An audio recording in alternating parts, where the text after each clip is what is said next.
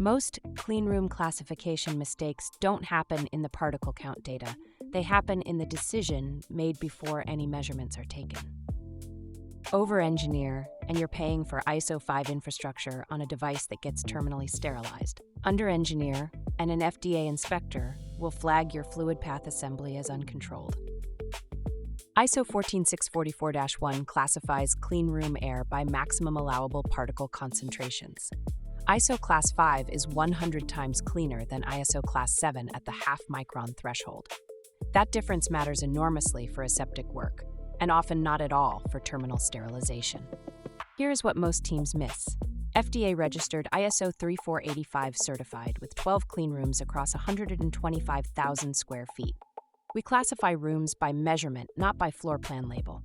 The single most important variable in class selection is sterility pathway. How does this device reach its sterile state?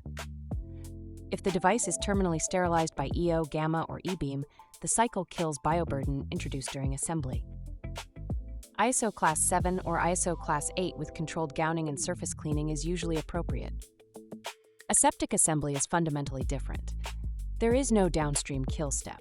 FDA's aseptic processing guidance treats the critical zone as ISO Class 5 with ISO Class 7 or 8 as background. Under QMSR, Clause 6.4 of ISO 13485 is now the U.S. obligation. It does not assign a class to any device type. The manufacturer bears the burden of risk-based justification.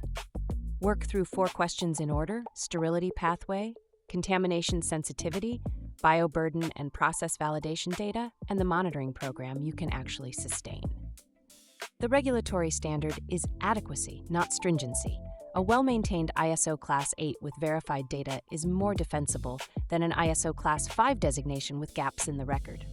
If you're selecting a class for a new device program, our team can review your sterility pathway and contamination risk against the right ISO 44644 target.